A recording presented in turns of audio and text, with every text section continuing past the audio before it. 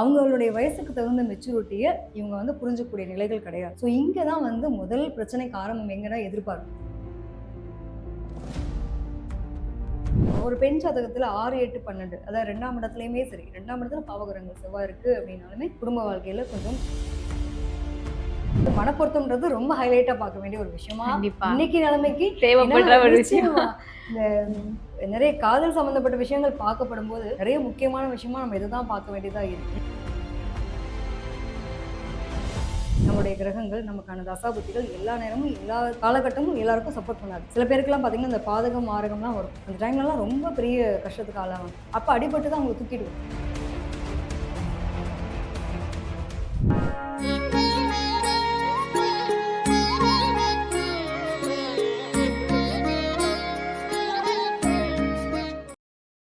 Sri Varahi TV நேயர்கள் அனைவருக்கும் வணக்கம்.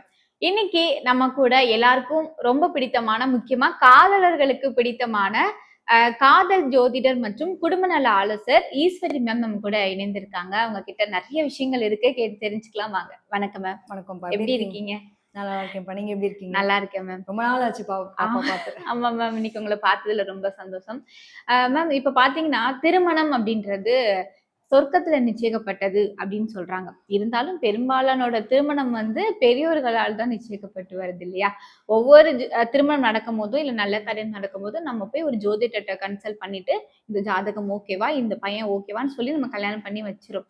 இருந்தாலும் அவ்வளோ பொருத்தங்கள், அவ்வளோ ஜாதகம் பார்த்தும் சிலவரோட திருமணம் வந்து நல்லா இருக்கிறது கிடையாது. அதே மாதிரி நான் விருப்பப்பட்டு தான் திருமணம் பண்றேன், நான் காதல் பண்ணி தான் கல்யாணம் பண்றேன், முடிஞ்ச அளவுக்கு நானும் பொறுமையா இருக்கிறேன், இருந்தாலுமே என்னோட லவ் லைஃப் வந்து பிரச்சனையா இருக்கு அப்படின்னு சில இதெல்லாம் இருக்கு. ஏன் மேம்? இவங்க வந்து விருப்பப்பட்டு தானே பண்றாங்க. இப்ப விதின்னு இருக்கும், விதினாலதான் கல்யாணம் ஆயிடுச்சுலாம் நம்ம சொல்லுவோம். அப்புறம் தான் அவங்க வாழ்க்கை நல்லா இல்லையே, எதனால மேம்? அதை பத்தி கொஞ்சம் விளக்கமா சொல்லுங்க. நிச்சயமாப்பா. எப்பயுமே கடவுள் வந்து ஒரு ட்விஸ்ட் வச்சுட்டு தானே இருப்பார் லைஃப்ல. ஆமா, கண்டிப்பா. எதை வேணான்றமோ அது முதல்ல கிடைச்சிடும், எதை வேணுன்றமோ அது ரொம்ப லேட்டா கிடைக்கும் அப்படிங்கிற தன்மை உண்டு. பொதுவாக வந்து திருமணம் சார்ந்த விஷயம் எடுத்துட்டோம் அப்படின்னா ஏகப்பட்ட விஷயங்கள் வந்து பார்க்குறோம்ப்பா. அதுல வந்து அத்தனை பேருக்கும் அதுக்கான நிலைகள் கிடைச்சுதான் நீங்க சொன்ன மாதிரி தான். இதில் என்ன பிரச்சனை இருக்கும், இதில் என்ன மாதிரி சொல்யூஷன்ஸ் கொடுக்க முடியும் அப்படிங்கிறத நம்ம ஒரு பக்கம் நிர்ணயம் பண்ணா கூட அதுக்கு மேல வந்து அவங்களுக்கான தசாபுத்தி எல்லாமே இருக்கு இல்லையா? கிரகங்கள் நம்ம சூஸ் பண்ணி கொடுத்துடுறோம். சுக்கிரப்பேட்ட காலையில் இன்னைக்கு காலையில இருக்க மனநிலை ஈவினிங் நமக்கு இருக்கிறது கிடையாது. அது மாதிரி நம்மளுடைய மனமே வந்து தெளிவில்லாத ஒரு நிலைக்கு இருக்கு. கரெக்டா பாத்தீங்கன்னா அந்த சந்திராசிரமம்லாம் வந்தா நமக்கு எங்க இருந்து தான் அந்த கோவம் வருமோ தெரியாது. என்னென்னவோ தேவையில்லாம டென்ஷன்லாம் வரும். அது மாதிரி சில கிரகங்கள் மேல சில கிரகங்கள் பயணிக்கும் போது நம்மள அறியாமே சில இன்சிடென்ட்ஸ் நடக்குது. ஸோ அதுல இவ்வளோ ஒரு நாளைக்குமே இவ்வளவு விஷயங்கள் இருக்கும்போது ஒரு வாழ்க்கை அப்படிங்கிறது ஆயிரங்காலத்து பயிர்னு சொல்லக்கூடியதான் திருமணம் வாழ்க்கை. பொதுவா என்ன சொல்லுவோம் அப்படின்னா, நாங்க ஜோதிடர்களா பார்க்கும்போது 6, 8, 12க்குரிய தசை நடக்குதா? 6, 8, 12ல வந்து ஒரு கலத்திரம் வந்து இருக்கக்கூடாது. இப்போ ஒரு பெண் ஜாதகம் எடுத்துக்கிறோம்னு வச்சுக்கோங்களேன். இப்ப பெண் ஜாதகம் எடுக்கிறப்போ எடுத்தோனே நம்ம என்ன பார்ப்போம்? தோஷம் இருக்கா? என்ன ஏதுன்னு பார்ப்போம். 2ஆம் இடத்துல பாவ கிரகங்கள் இருக்கக்கூடாது. 2ஆம் இடம்ன்றது குடும்பத்தை குறிக்கக்கூடியது. குடும்பம், வாக்கு, தனம் சம்மந்தப்பட்ட எல்லாத்தையும் குறிக்கிறது. கல்யாணம் ஆனதுக்கு அப்புறம் எந்த ஒரு பொண்ணு இன்னொரு வீட்டுக்கு மருமகளா வந்து வாழ வரும்போது அந்த குடும்பம் நல்லா இருக்கணும் அப்படிங்கிறப்ப 2ஆம் இடத்துல என்ன மாதிரி கிரகங்கள் இருக்குன்னு பார்க்குறோம். அடுத்து பார்த்தீங்க அப்படின்னா ஒரு 5ஆம் இடம் ஒரு அன்பு சார்ந்த விஷயம், ஒரு காதல், கம்யூனிகேஷன் சம்மந்தப்பட்டது. இவங்களுக்கான அந்த பூர்வ புண்ணியம், என்ன பாக்கியம் பண்ணாலும் என்ன புண்ணியம் பண்ணாலும் தெரியல, இப்படிப்பட்ட பையன் கிடைச்சிருக்கான் இத்தனை அப்படிலாம் சொல்லுவாங்க இல்லையா? கண்டிப்பா. அப்ப 5ஆம் இடம் அப்படிங்கிறது அந்த காதலுக்கான ஒரு கணவன் மனைவி ஒரு நல்ல உறவு நிலைக்கான ஒரு அன்பு பரிமாறிக்கக்கூடிய நிலை. இப்ப அந்த பொண்ணு பத்தி அவன் பொண்டாட்டி பேச அப்படி மீற மாட்டான் அப்படின்னு சொல்லுவாங்க. அப்ப அந்த அளவுக்கு அவங்களுக்குள்ள ஒரு புரிதல் இருக்கக்கூடிய நிலை. அப்ப 5ஆம் பாவம் நல்லா இருக்கா அப்படின்னு பாக்குறது. அடுத்து பாத்தீங்க அப்படின்னா 7ஆம் பாவம்.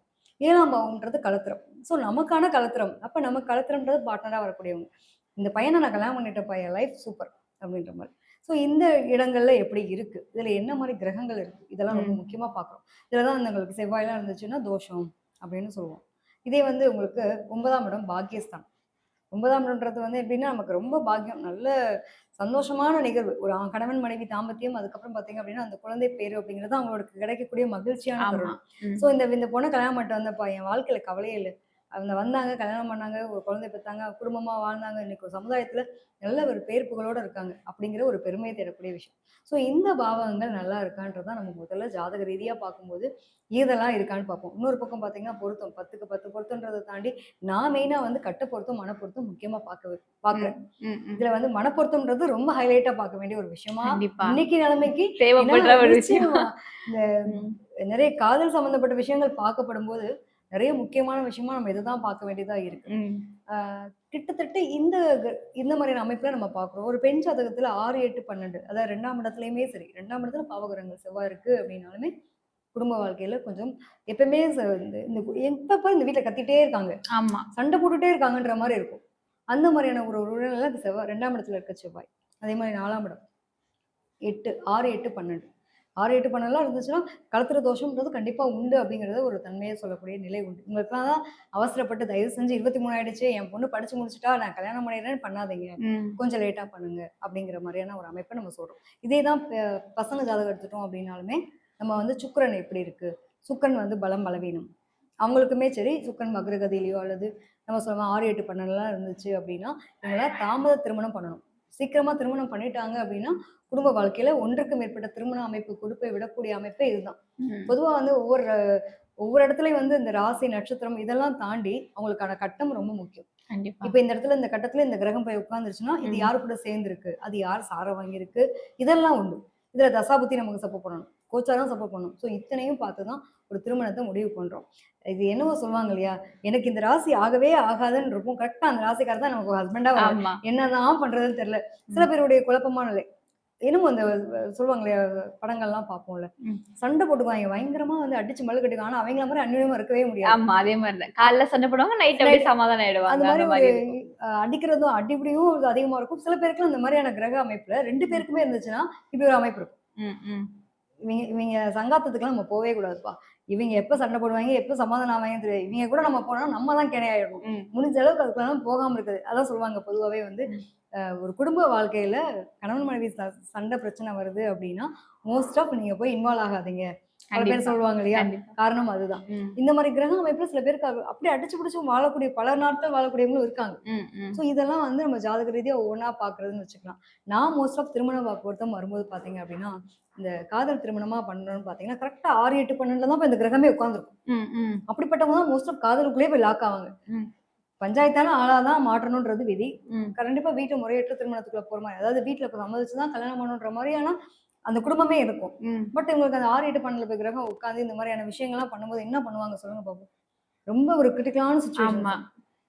அப்ப இவங்க பேரண்ட்டுக்கு கூப்பிட்டு நம்ம தனியா கிட்டத்தட்ட இப்ப நம்ம ஜாதக ரீதியா பார்த்து அவங்களுக்கு இதுதான் பிரச்சனை, இதுதான் விஷயங்கள் அப்படின்றத தாண்டி, ஒண்ணும் பேரண்ட்ஸ் வந்து பிள்ளைங்களுக்கு கவுன்சிலிங் குடுக்க வைக்கிறாங்க. பிள்ளைங்க வந்து பாத்தீங்கன்னா, பேரண்ட்ஸ் கவுன்சிலிங் குடுங்க மேம். இப்ப நீங்க உங்களோட வீடியோஸ்லாம் பார்க்குறேன். இதெல்லாம் பிரச்சனை இருக்குன்னு சொல்லியிருக்கீங்க. இது ம். என் ஜாதகத்துல இருக்கு. இதுக்கு அப்ப என்ன சொல்யூஷன் என்ன பண்ணணும்? பண்ணணும்? அப்படிங்கிற அளவுக்கு இப்போ இது வேற மாரி போயிட்டு இருக்குன்னு வச்சுக்கோங்க. இப்ப இன்னைக்கு ம். இருக்கிற முந்தி காலங்கள்லாம் பார்த்தோம்னா, நம்ம தாத்தா, பாட்டி, வயசானவங்க வீட்ல பெரியவங்க ஏதோ கல்யாணம் பண்றோம். ம். ஒரு வீட்ல நல்ல கல்யாணம் நடத்துறோம். அப்பனா போய் ஜாதகம் பார்ப்பாங்க. இன்னைக்கு இருக்கிற பசங்களுக்கே தெரியுது நெறைய விஷயங்கள். ஓகே. இது எங்கேயோ நானா இல்ல. எங்கேயோ எனக்கு ம். மிஸ்டேக்ஸ் நடக்குது. ம். என்ன பிரச்சனை நான் தெரிஞ்சுக்கணும். இன்னைக்கு இருக்க அட்வான்ஸ்ல டெக்னாலஜின்ற நம்ம எந்த அளவுக்கு அ ஒரு கலியுகம்ன்ற மாரி நம்ம டெக்னாலஜில வளர்ந்திருந்தா கூட, நெறைய பேர் வந்து இது எதனால, ஏன், எதுக்குன்ற அந்த கேள்வி எழுப்பக்கூடிய நிலை இன்னைக்கு இருக்கிற எனக்கு தெரிஞ்சு பார்த்தீங்க அப்படின்னா, டீனேஜ் பசங்க நெறைய பேர். ஒரு மிடில் கிளாஸ் ஃபேமிலில இருக்க, அதாவது மிடில் ஏஜ்ல இருக்க நம்மளுடைய பேரண்ட்டா இருக்கட்டும். ம். பேரண்ட்டும் புரிஞ்சுக்கிறாங்க. என் ம். பொண்ணு ஜாதகத்துல நீங்க சொன்ன மாரி கிரகம் இருக்கு. ஸோ இதுக்கு நாங்க என்னங்க சொல்யூஷன் குடுக்கணும்? இப்ப ம். என் பொண்ணு விருப்பப்பட்டு திருமணம் பண்ணணுமா?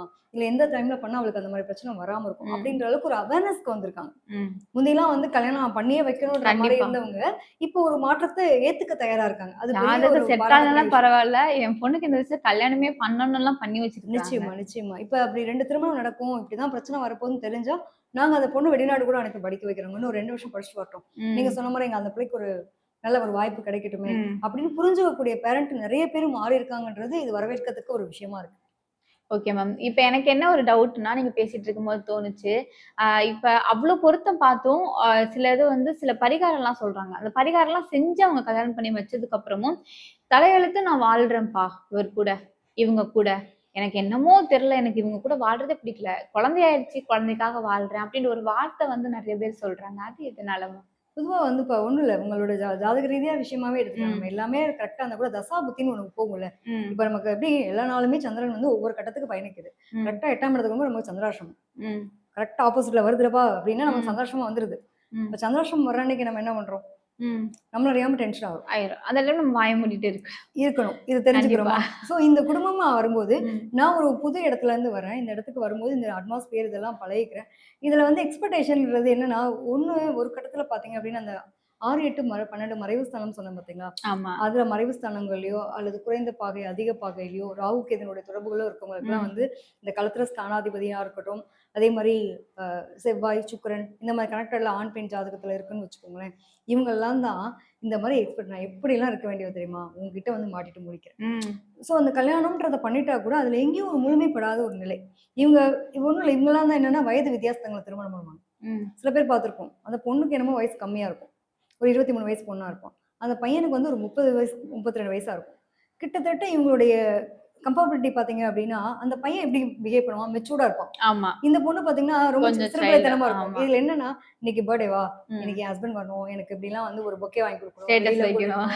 போணும். இந்த ஒரு ம். அன்னைக்கு டே ஃபுல்லா வந்து வெளியில ஸ்பெண்ட் பண்ணணும்னு எதிர்பார்க்கும். ஆமா.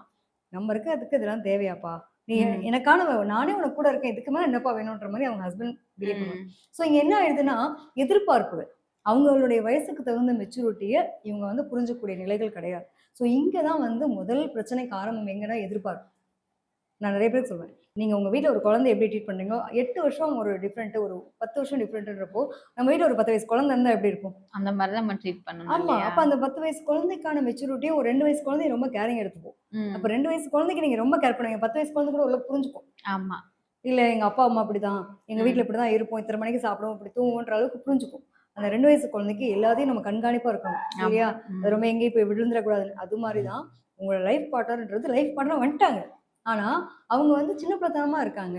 இத நீங்க இத தான் நான் மோஸ்ட் ஆஃப் கவுன்சிலிங்கா குடுக்குறேன். ம். அந்தந்த டைம் பீரியட் வர்றதும்போது இவங்களுக்கு அந்த பிரச்சனை வந்து பிரிவினை வர்ற வரைக்கும் போகும். ஒரு 6 மாசம் பொறுத்துருங்க. ம். இந்த லைஃப் மாறும். ம். கொஞ்ச நாளைக்கு அந்த பொண்ணோட ஃப்ரீயா விடுங்க. ம். இத ரொம்ப பெருசு பண்ணாதீங்க. கொஞ்சம் ம். அமைதியா போங்க. அப்பதான் சொல்லுவேன். ஒரு பொம்மை வாங்கி வச்சுக்கோங்க. ஆ. காது கோவத்துல இல்ல ஆமா. காட்டுங்க. இப்ப காது காது கேட்காது. அதாவது ஒரு பொம்மை இருக்கும் பார்த்தீங்களா? ஆ. காது கேட்டும் கேட்காத மாரி, இப்படி காது அடைச்ச மாரி, ஆமாமா. வாய் அடைச்ச மாரி, கண்ண ஆமாமா. பொத்துன மாரி, இந்த பொம்மைய வாங்கி வச்சுக்கோங்க கொஞ்ச ம். நாளைக்கு. ஆ. இன்னைக்கு நிலைமை நமக்கு இதுதான். இது மாறினா நம்ம லைஃப் நல்லாருக்கும். ம். இப்ப ம். கொஞ்ச நாளைக்கு நம்ம இப்படிதான் இருக்கணுன்ற மென்டாலிட்டிய வச்சுக்கோங்க. ம். ஆட்டோமேட்டிக்கா மாறும். இது ஆணா இருந்தாலும் சரி, பெண்ணா இருந்தாலும் சரி, அவங்களோட தசா புத்தி காலங்கள் சப்போர்ட் பண்ணலன்ற பட்சத்துல, மோஸ்ட் ஆஃப் நான் பிரிவினைக்கு ஓகேன்னு சொல்லவே மாட்டேன். ம். முடிஞ்ச அளவுக்கு அவங்கள வந்து ஒரு 6 மாசத்து, ஒரு 3 மாசத்துக்கு கடத்துறதுக்கு தான் வழி பார்ப்பேன். அது ம். நிச்சயமா அப்படி கடத்துனா பல பேரோட லைஃப் மாறியிருக்குப்பா. ம். ஸோ ம். அவசரப்பட்டு நம்ம எடுக்கக்கூடிய முடிவுகள் நம்மளோட லைஃப்ப பாதகத்த குடுத்துரும். இப்ப நீங்க கொஞ்சம் கேட்ட மாரி, சில பேர் விதியே நான் வாழ்றதேன்றப்போ, அத விட மோசமான நிலை வராம இருக்கேன்றத நினைச்சு சந்தோஷப்படுறாங்க. சந்தோஷப்படணும்.